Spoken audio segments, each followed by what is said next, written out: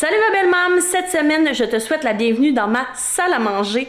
Salle à manger qui a été faite un peu différemment des autres pièces. Ça a été fait de manière vraiment plus fragmentée, c'est-à-dire que je l'ai fait par petits bouts, par-ci, par-là, depuis quelques mois déjà. Fait que je sais pas ça va être comment à monter tout ça, mais je te montre ce que j'ai changé, ce que je veux changer, ce que je vais changer éventuellement, ce qui va prendre la place de d'autres choses.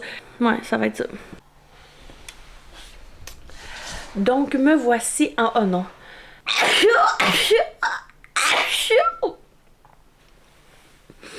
Me voici en direct du montage. Je voulais prendre juste un petit 30 secondes pour te signifier que justement mon montage a été fait de manière vraiment différente de mon habitude. J'aimerais ça si tu pouvais prendre un petit 2 minutes de ton temps pour regarder ce vidéo-ci et le comparer avec d'autres que tu aurais pu avoir déjà vu dans ma série de désencombrement. Merci à celles qui vont prendre un petit 30 secondes pour laisser un mini commentaire pour me dire qu'est-ce que tu aimes plus ou moins de cette vidéo-ci par rapport aux autres. Ça va faire toute une différence dans mon contenu. Ça m'aide énormément à adapter mon contenu à ce que t'aimes voir, à ce que t'aimes regarder. Sur ce, on retourne à notre vidéo.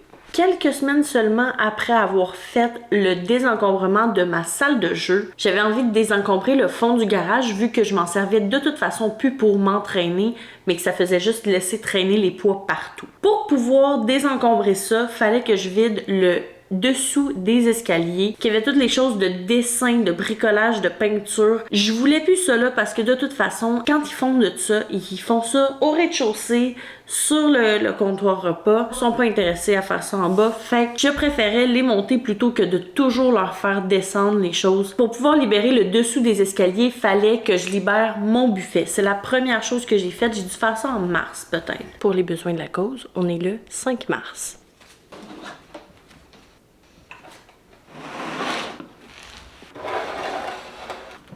Le buffet qui était plein de choses à donner, de choses à vendre.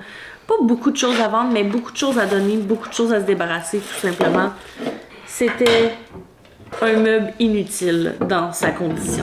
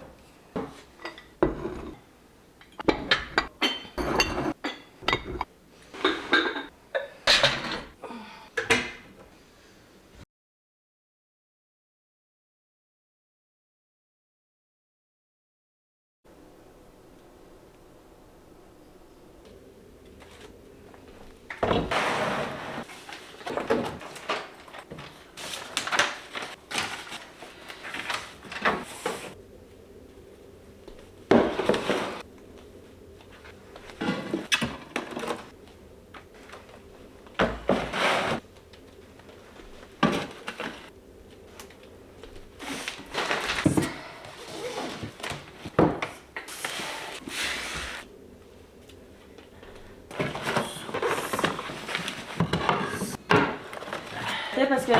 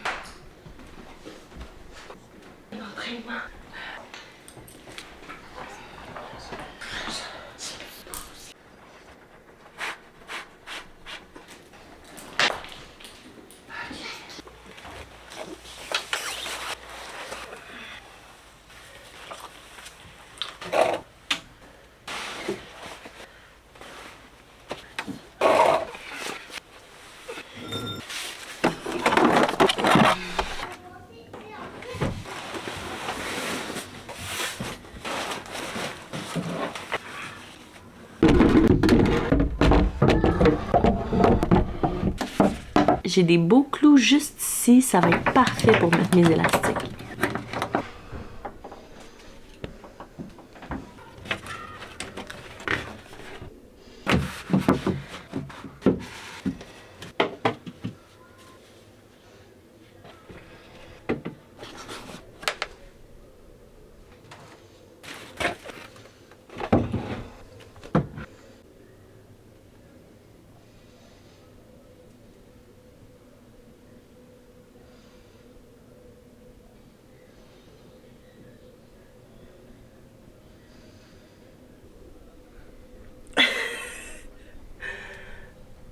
Après ça, ça a quand même pris un petit bout avant que je fasse d'autres choses parce que c'était pas une pièce que je considérais qui était longue ni vraiment trop importante à faire. Donc après ça, j'ai pris la peine de faire le désencombrement de l'entrée, le désencombrement de la cuisine que je considérais plus imposant puis plus important à faire que celui de la salle à manger. Cuisine que je me voyais pas faire avec un nouveau-né. Mais quand j'ai appris que ma table de salle à manger s'en venait, j'ai senti l'urgence de faire ça beau, de faire une belle salle à manger que j'allais apprécier. Tu comprends? Donc la première journée qui est arrivée, j'ai décidé de la monter.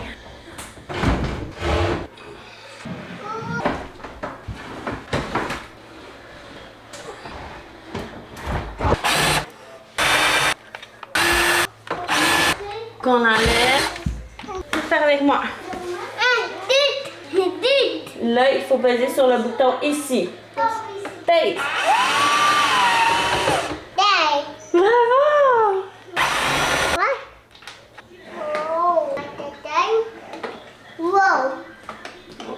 Ça va être trop dangereux à moi. Attention. Attention, je tombe là. Viens faire ce que tu as à faire ici, là. On ne dit pas d'en faire plus.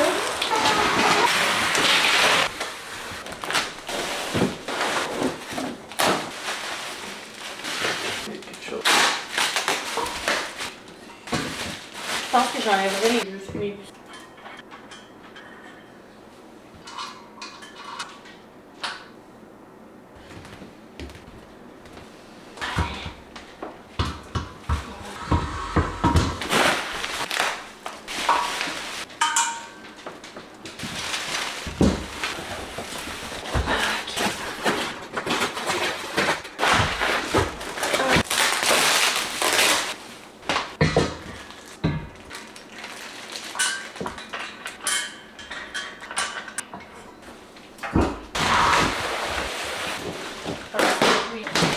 Voilà. Voilà.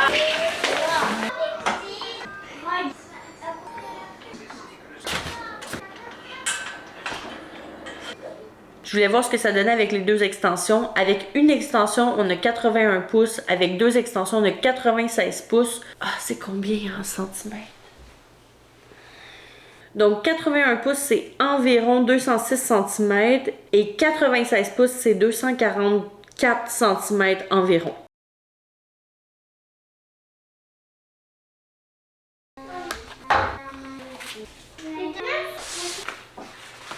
C'est que c'est...